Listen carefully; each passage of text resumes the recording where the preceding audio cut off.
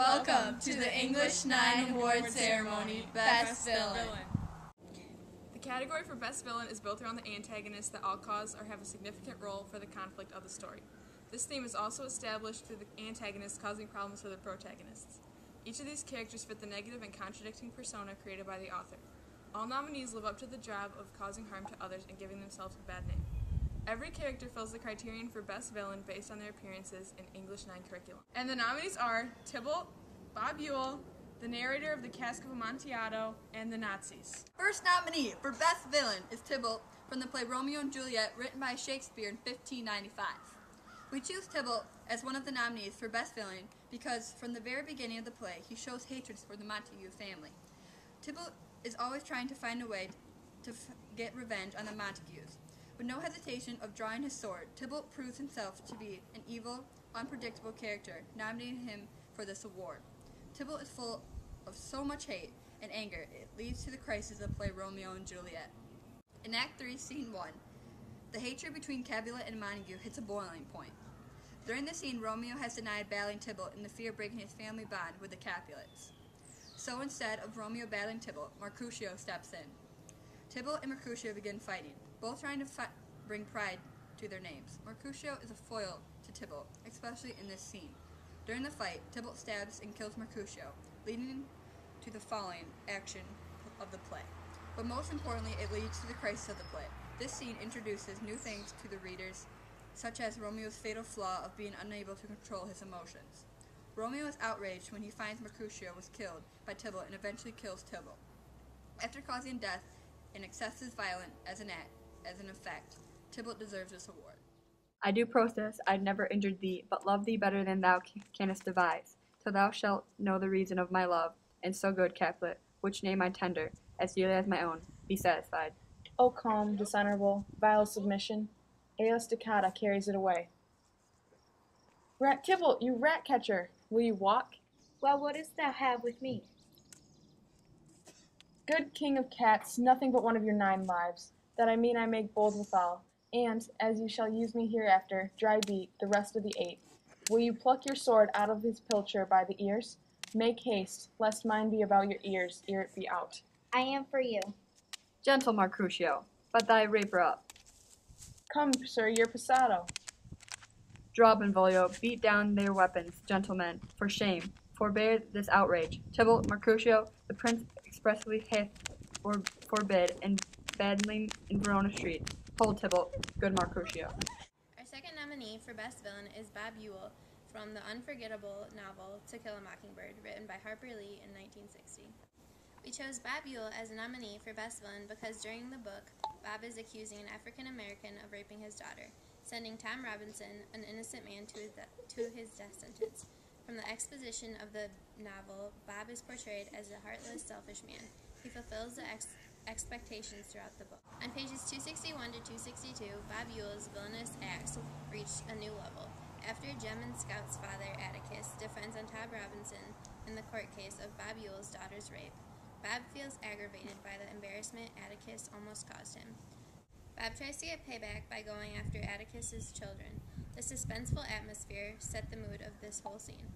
The targeting attack on the innocent children goes hand in hand with the theme of the book, which is targeting and going after innocent mockingbirds. Thus, Bob Ewell is a perfect nominee for Best Villain. We had not increased our pace. Jem knew as well as I that it was difficult to walk fast without stumping a toe, tripping on stones, and other inconveniences. I was barefooted. Maybe it was the wind rustling in the trees, but there wasn't any wind, and there wasn't any trees except for the big oak. Our company shuffled and dragged his feet as if he were wearing heavy shoes. Whoever it was wore thick cotton pants. What I thought were trees rustling was a soft squish of cotton on cotton, weak with every step. I felt the sand go cold under my feet, and I knew it. We were near the big oak. Jem pressed my head. We stopped and listened. Shuffled Foot had not stopped with us this time. His trousers squished softly and steadily. Then they stopped. He was running towards us with no steps. Scott. Run, Scout, run, run, Jem screamed. I took one giant step and found myself reeling in my arms, useless in the dark. I could not keep my balance. Jem, help me, Jem. Something crushed the chicken wire around me. Metal was ripped on metal, and I fell to the ground and rolled as far as I could. Floundering to my escape, my wire prison. From somewhere I could hear I came scuffling and kicking sounds of shoes and flesh scraping the dirt and roots. Someone pulled me against, and I felt Jem. Our third nominee for Best Villain is the narrator of Cask of Amontillado. This short story is written by Edgar Allan Poe. It is told in the first-person point of view. We chose the narrator of Cask of Amontillado as one of our nominees because he commits an evil act. Throughout the story, he is portrayed through the diction as being an unreliable, deceiving character. He lets the hatred of another person get the best of him. His goal during the whole story remains to cause problems for his enemy, Fortunato. On pages 178 through 179, the narrator lures his drunk enemy into the crypt, which is the place for Fortunato's death. The narrator has so much hate towards Fortunato after Fortunato has bragged about his vast knowledge of wine. Therefore, the narrator traps Fortunato down in the crypt using a rare wine, the Amontillado, as bait. In this scene, Fortunato is chained to a wall.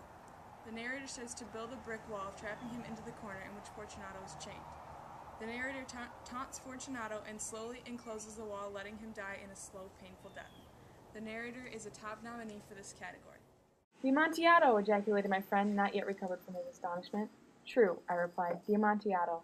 As I said these words, I busied myself among the pile of bones of which I had before spoken.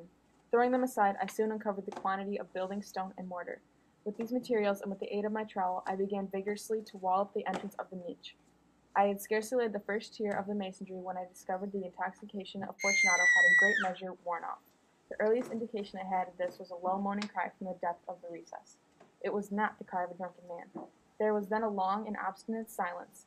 I laid the second tier, the third, and the fourth, and then I heard the furious vibrations of the chain. The noise lasted for several minutes, during which, and my heart broken to do with more satisfaction, I ceased my labors and sat down upon the bones. When at last the clinking subsided, I resumed the trowel and finished without interruption of the fifth, the sixth, and seventh tier. The wall was now nearly upon a level with my breast. I began and paused, and holding the flambeau over the mason work, I threw a feeble rays upon the figure within. A succession of loud, shrill screams, bursting suddenly from the throat of the chained form, seemed to thrust me violently back. For a brief moment I hesitated, I trembled. Unsheathing my rapier, I began to grope with it about the recess, but the thought of an instant reassured me. I placed my hand upon the solid fabric of the catacombs and felt satisfied. I reapproached the wall. I replied to the yells of him who clamored. I re-echoed. I aided. I surpassed them in volume and in strength. I did this, and the clamor grew still. Now it was midnight, and my task was drawing to a close. I had completed the 8th, the 9th, the 10th tier. I had finished the portion of the last and the 11th. There remained a single stone to be fitted in and plastered in. I struggled with its weight. I placed it partially in its designated position, but there came from the niche a low laugh that erected the hairs upon my head. It succeeded by a sad voice, which I had difficulty in recognizing as it the thought of Fortunato. Our final nominee for Best Villain is the group of Nazis from the autobiography Night. Night was written by Elie Wiesel about the Holocaust in 1949. The group of villains traumatized harmless Jews for a number of years during the Holocaust. In this autobiography, the Jewish people were put through the ringer, with a serious tone of torture and misery throughout the book.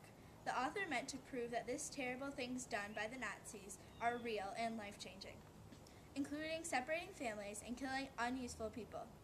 The Nazis did nothing but show how they deserved this award. On pages 6 and 7, Eli and his family are approached by Moshi the beetle. Moshi is coming to warn them what is in store for his family after escaping the torture.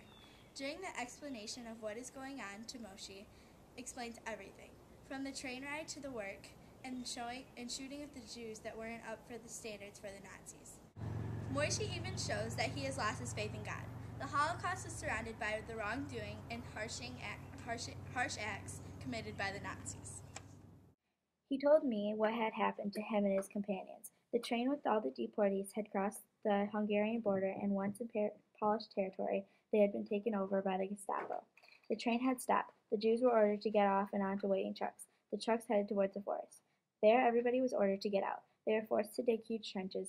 When they had finished their work, the men from the Gestapo began theirs. Without passion or haste, they shot their prisoners who were forced to approach the trench one by one and offer their necks. The award for Best Villain of English 9 goes to...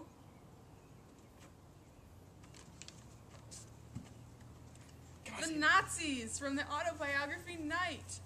The award for Best Villain of the English Nine goes to The Nazis from the autobiography Night. The reason we decided the Nazis should be given this award is because they not only killed one person, but a group of 6 million Jews because of what they believed in. This was a terrible act of discrimination. How do you feel about getting this award for Best Villain? We're pretty proud of ourselves. I'm not too well prepared for this, but I wrote a speech. I'm honored to be accepting this award on behalf of all my Nazis. Even though our acts were out of hate and torture, Auschwitz was a success, but bad for everyone who has Jews in their family. I would like to acknowledge I couldn't have done this without the help of my Nazis. I am deeply sorry.